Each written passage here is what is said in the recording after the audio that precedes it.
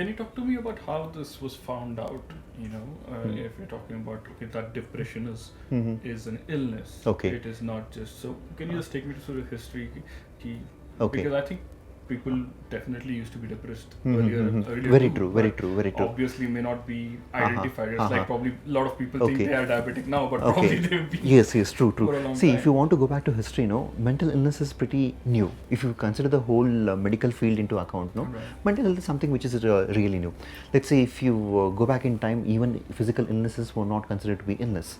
Okay, then came the postulation of germ theory, where they started giving microbes, microorganisms, bacteria, virus for illnesses. Okay, after centuries later on, mental illness was considered to be a part of biological illness also. Later on, with advanced research like So approximately what time? maybe I would say sometime in the 19th century. Okay, Right. it's not that depression was not identified. There are scriptures, including our Indian scriptures also, where there have been mention about something very similar to a depressive illness kind of thing. Wow. But something which has been practiced as a clinical basis, that is something which has happened only from the 19th century onwards.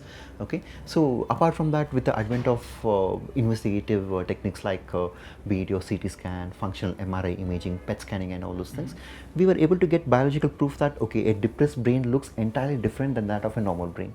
That's how you can prove that okay, this is particularly, it has got some biological Wow. basis. So what do you use to kind of identify this? One is when we speak about biological changes, we speak about two things. One is structural changes, other one is chemical changes. When you speak about chemical changes, there are certain chemicals in our brain what we call as neurotransmitters. Okay. Just like you have vitamins, minerals in your body, which deficiency causes some problems. Yeah. There are hundreds of neurotransmitters which are there in a human brain. Out of which there are certain neurotransmitters whose level are decrease significantly in case of depression. The common ones are serotonin, norepinephrine, dopamine. Okay, they are very significantly reduced, and this is a proven thing where it has got some depression has got some biological basis. So the treatment is rectify it. Right. I'll just get back to where you said you can image it. So Yes. So that is about chemistry. The imaging part is by functional MRI scan or PET scan. Right, So there are certain parts of the brain which are hypoactive, which are less active than that of a normal brain. Okay, there are certain regions of the brain, not that the overall brain itself is inactive or hypoactive, but there are certain parts of the brain which are not firing at the usual level. These are some of the findings with which we can say yes, depression has got a biological basis. So basically, I take a normal brain and a PET scan of a normal brain, and I take a PET scan of a person who's depressed. How much of a difference are you expecting? Depends on the severity also. It depends on the severity. The more severe, the more pronounced are the changes. But for you to call it depression, so and how much? This is only for research purposes.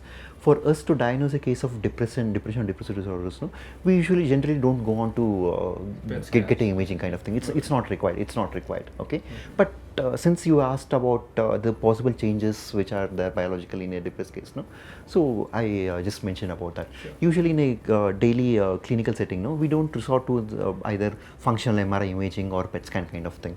Okay, it's based on clinical features. That's more than sufficient. That's more than adequate. So when you talk about clinical features, can you elaborate? Yes, I was talking about clinical features. First and foremost is persistent and pervasive low mood.